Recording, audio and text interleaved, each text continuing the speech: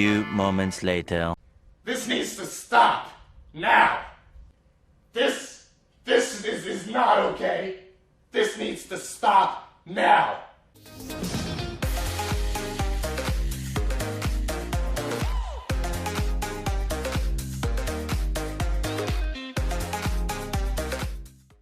On this channel, we have covered some of the most bizarre casting decisions that have led to not so favorable reactions and results for movies. In 2019, we did a video regarding the same topic where we shed light upon decisions such as the casting of Imran Khan in Matruki Bijli Ka Mandola, where the actor with his limited range attempted an awful Haryanvi accent. The case of dousing Shraddha Kapoor with a layer of bronzer and the feeble attempt at making her menacing with Hasina Parker. And the terrible decision that was thinking of a welcome sequel without Akshay Kumar and thinking that John Abraham would match up to the same comic timing. 2 years later, we discussed similar decisions that led to detrimental results for movies. Everything from Nargis Fakhri in Rockstar, Salman Khan in Tube Light, to Arjun Kapoor in Panipat. Social has also covered this topic. I just wanted to give him a shout out as well. Complete misfits for their roles that become clearly evident from the reception of the audience when they saw their performances. With the news that Arjun Kapoor might be getting roped in as the antagonist for Singham 3, yes, you heard that right, several thoughts came to my mind on just the privilege of access that star children have in still being offered the best commercial opportunities despite having a poor track record in the last few years.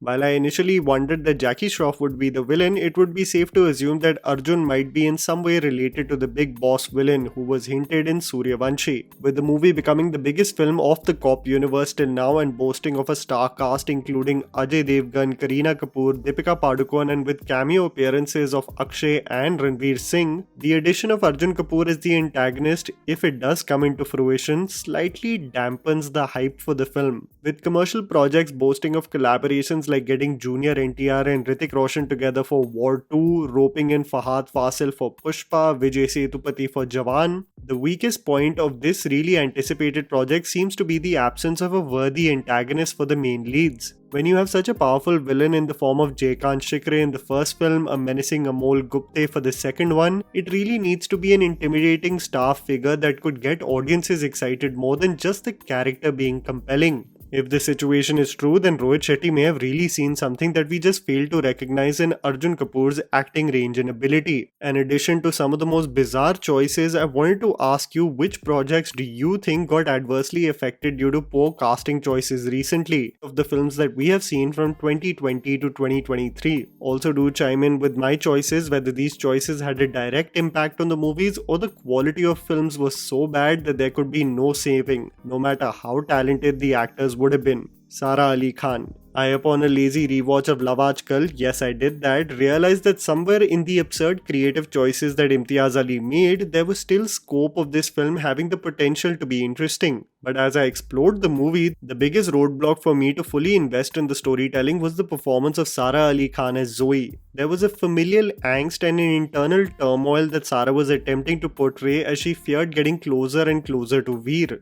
While it did not also help that Karthik's awkwardness bordered on coming across as if he was on the spectrum, Sara's badass, independent, corporate female go-getter role followed by her personal angst just became a concoction that was confused on what it wanted it to be. The lack of range in the performance did not help and the dynamic paled in comparison to the storyline between Karthik and Arushi. I wonder whether the film had the capability to actually have an impact on viewers had the lead pair been someone different. Akshay Kumar. One of the most anticipated films of Akshay Kumar last year was Samrat Prithviraj. While most of Akshay's slate consisted of comedies and biopics with a nationalistic fervor, it was with Prithviraj that Akshay was finally going to do a period epic on a revered figure. But as the marketing snippets of the film came out, the lack of investment of time on the project and the chapter of history became even more apparent. Akshay, with his mustache and body language, did not come across as fully embodying the role of the king. One could see glimpses of Akshay the person versus looking like a spitting image of the valiant king. Upon further exploring the film, I also realized that it was not only Akshay Kumar but Manushi Chillad as Sanyogita, her lack of expressions throughout the film, the odd pairing of the two actors, and the underwhelming performance of Manav Vij as Mohammad Ghori that led to the lackluster overall product of the film.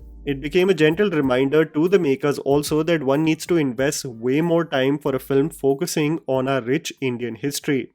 Prabhas. A film that was slated to be Prabhas's big return after the underwhelming films post Bahubali, Adipurush was considered to be a dead cert. A film that is bound to rake in hundreds of crores at the box office because what could possibly go wrong? You've got a sacred text known globally that is being adapted, you've got a popular star as the lead, you've got Om Raut who hit it out of the park with Tanaji. What could possibly go wrong? But you quickly realize from the first teaser that this project was doomed. For the rendition of Ramayana was exactly the antithesis of what audiences wanted. Prabhas was presented with a rough exterior, long hair, a scruffy beard, and seemed to possess an anger and aggression in his dialogue delivery that was far away from what we all knew Lord Ram as. The gentle, pleasant-looking god suddenly transformed into a rage and vengeance-filled figure that seemed like both a combination of direction and acting notes gone wrong. The supporting cast also did not help, as Saif Ali Khan was styled as a Rajouri Garden TikTok star and Vatsal Seth as Indrajit was your next door tattoo parlor artist. I sometimes wonder if Prabhas was Ravan and Hrithik Roshan was Ram. Wouldn't this be such an elite combination? Anyway, I digress.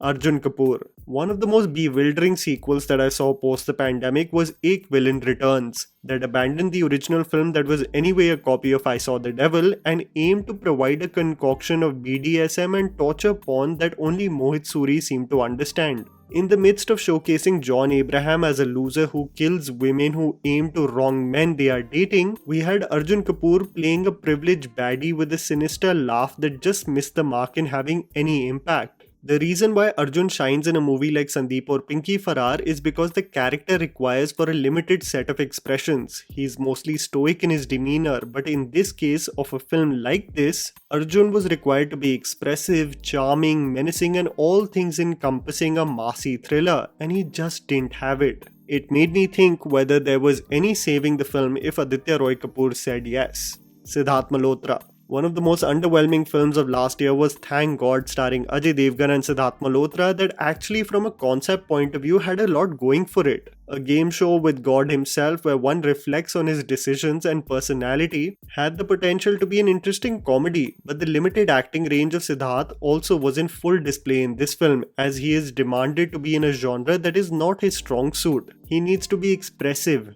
physical, animated, and these are all things we don't associate Siddharth with. If you notice Siddharth's best roles in his filmography, they are mostly restricted to being straight-edged, noble, and simple. But when it comes to the genre of comedy, he really does falter in creating an impression. Siddharth in this film, especially in the first half as he is handed over slapstick comedy sequences, there is a confused expression mostly assisting his face that clearly presents that he is out of his comfort zone. Siddharth partly redeems himself in some of the emotional moments in the concluding parts of the film, but seemed to struggle through most of the running time as he was uncomfortable, making me also think, with all due respect to Siddharth, on how a more animated actor comfortable with commercial comedies probably would have elevated this story tenfold. And that was a video, guys. Write down in the comments below what do you think about these casting decisions and what were your hypothetical right castings in the same movies. Please don't forget to follow me on Instagram, the handle's right in front of you. Follow me at JammyPants4. Also please support us by smashing the like button and subscribing to our channel for weekly content ahead. Thank you for watching.